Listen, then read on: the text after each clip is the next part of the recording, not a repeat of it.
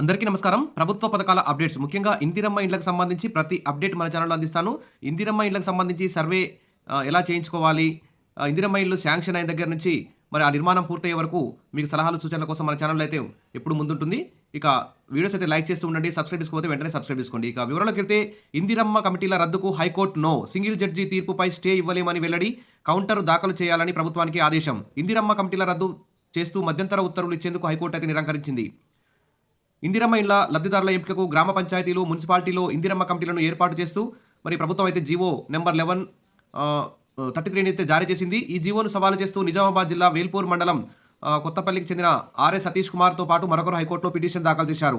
దీని మీద విచారణ జరిపిన హైకోర్టు మరి సంక్షేమ పథకాలను అమలు చేయడానికి రాష్ట్ర ప్రభుత్వానికి స్వేచ్ఛ, విచక్షణ ఉంటుంది కాబట్టి మరి ఆ ప్రాథమిక హక్కులకు భంగం వాటిల్లితే తప్ప సర్కారు విధాన నిర్ణయాల విషయంలో మేము జోక్యం చేసుకోలేమని చెప్పేసి ఇందిరమ్మ కమిటీల ద్వారానే మరి ప్రభుత్వం ఇందిరమ్మ ఇళ్ల సెలక్షన్ లిస్ట్ని తయారు చేయించుకోవచ్చు అని చెప్పేసి తీర్పు కీలక ప్రకటన అయితే చేయడం జరిగింది.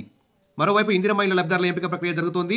ఈ దశలో కమిటీలను రద్దు చేయవద్దు అని విజ్ఞప్తి చేశారు. వాదనలు విన్న ధర్మాసనం కమిటీల రద్దుపై స్టే ఇచ్చేందుకు నిరాకరించింది. కౌంటర్ వేయాలని సర్కార్ను ఆదేశిస్తూ విచారణ జనవరి 24కు అయితే వాయిదా వేసింది.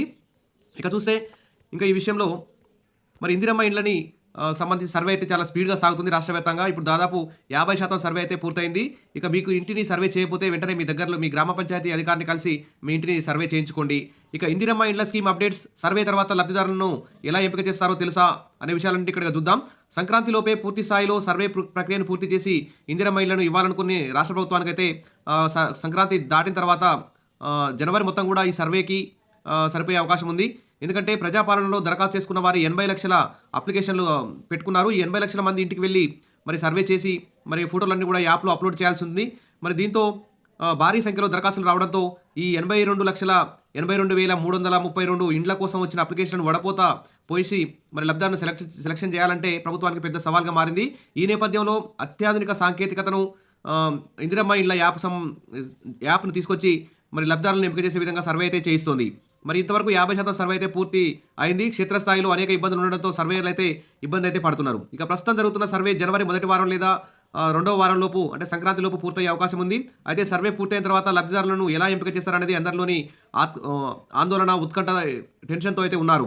మరి లక్షల సంఖ్యలో దరఖాస్తులు రావడంతో అర్హత కలిగిన వారిని గుర్తించడం సవాల్గా మారిపోయింది. లాటరీ ద్వారా తీస్తారా, లేకుంటే గ్రామ సభల ద్వారా సెలక్షన్ చేస్తారా, మరి కేవలం ఇందిరమ్మ ఇళ్ల యాప్తోనే మరి లబ్ధిదారులను గుర్తిస్తారా అనే సందేహాలు అయితే ప్రజల్లో అయితే ఉన్నాయి. మరి తెలంగాణ ప్రభుత్వం అయితే జీవో నెంబర్ 33 విడుదల చేసింది. మరి దీని ప్రకారం ఇందిరమ్మ కమిటీలను ఏర్పాటు చేసింది. గ్రామ స్థాయిలో సర్పంచి, ప్రత్యేక అధికారి, వార్డు స్థాయిలో కౌన్సిలర్, కార్పొరేటర్ చైర్మన్గా ఉన్నారు. అంతేకాకుండా స్వయం సహాయక గ్రూపుల నుంచి 2 మహిళలు, 3 స్థానిక సభ్యులను కూడా ఈ ఇందిరమ్మ కమిటీలో తీసుకున్నారు. మరి సర్వేలో పథకానికి ఎంపికయ్యే అర్హతలున్న దరఖాస్తుదారుని ఈ ఇందిరమ్మ కమిటీలు అయితే గుర్తిస్తాయి. మరి గ్రామాల వారీగా పేర్లు అయితే ఖరారవుతాయి. వీటి వివరాలను, ఈ ఎంపికైనటువంటి వారి వివరాలను ఇందిరమ్మ కమిటీలు పరిశీలించే అవకాశం అయితే ఉంది. అంతేకాకుండా ఈ గ్రామాల వారీగా ఇందిరమ్మ ఇండ్ల కోసం సెలెక్ట్ చేయబడిన లిస్టుని గ్రామసభ ముందుంచి ఆమోదముద్ర వేస్తారని తెలుపుతుంది. ప్రభుత్వం అయితే ప్రకటిస్తుంది. గ్రామసభ ఆమోదం తర్వాత ఇందిరమ్మ ఇంటి లబ్ధిదారుల లిస్టును ప్రకటిస్తారు. ఈ ప్రకటించిన లిస్టులకి, ఈ పేర్లకి జిల్లా కలెక్టర్ అనుమతి కూడా ఇవ్వాల్సి ఉంటుంది. ఇక మొదటి విడతలో సొంత స్థలం ఉన్న నిరుపేదలకు ప్రభుత్వం ఇందిరమ్మ ఇల్లు మంజూరు చేస్తుంది. ఒక్కొక్క ఇంటికి 5 లక్షలు ఇస్తుంది. ఈ నిధులను 4 దఫాలుగా జమ చేస్తారు. ఇందిరమ్మ ఇంటి ఫిర్యాదుల స్వీకరణ కోసం ప్రత్యేక వెబ్సైట్తో పాటు టోల్ ఫ్రీ నెంబర్ కూడా ఈ 4-5 రోజుల్లో అందుబాటులోకి తీసుకొస్తారని చెప్తున్నారు. సరే, ఏది ఏమైనా అసలైన పేదలకి ఇందిరమ్మ ఇల్లు కేటాయిస్తే మంచిగుంటుంది. ఇప్పుడు సొంత జాగా ఉండి అద్దెకుంటున్న పేదల్లో అతి పేదలకు ఇల్లు కేటాయించాలని కూడా అందరూ కూడా కోరుకుంటున్నారు. ఇంకా అదేవిధంగా చాలామంది అప్పుడు ప్రజాపాలనలో అప్లై చేసుకున్న వాళ్ళ పేర్లు ఇప్పుడు యాప్లో కనిపించట్లేదు, మేము ఎక్కడ అప్లై చేసుకోవాలని అంటున్నారు. మరి ప్రభుత్వం వెంటనే సంబంధిత మండలంలో ఒక స్పెషల్ కౌంటర్ ఏర్పాటు చేసి కొత్తగా అప్లై చేసుకునే వారికి అవకాశం కల్పించాలి.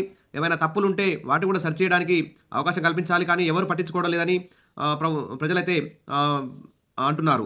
అదేవిధంగా సర్వేకి వచ్చిన వారు కూడా ఏదో తూతూ మంత్రంగా ఏదో కొన్ని ప్రశ్నలు అడిగి తమ ఇష్టం వచ్చినటువంటి వివరాలు యాప్లో అప్లోడ్ చేస్తూ వెళ్ళిపోతున్నారు. దీనివల్ల నిజమైనటువంటి అర్హులకి నష్టం జరిగే అవకాశం ఉంది. కాబట్టి ప్రతి క్వశ్చన్కి ఇందిరమ్మ ఇండ్ల సెలక్షన్ యాప్లో ఉన్న ప్రతి క్వశ్చన్కి కూడా సర్వేలో అన్నిటికీ యజమాని అడిగి సరైన డాక్యుమెంట్లు తీసుకొని, సర్టిఫికేట్ తీసుకొని అప్లోడ్ చేస్తే మంచిగుంటుంది. ఎందుకంటే ఈ సర్వేని పాక్షికంగా చేయడం వల్ల మనకు నిజమైన అర్హులు నష్టపోయే అవకాశం ఉంది. కాబట్టి ప్రభుత్వం వెంటనే అధికారులకు ఆదేశాలు జారీ చేయాలి.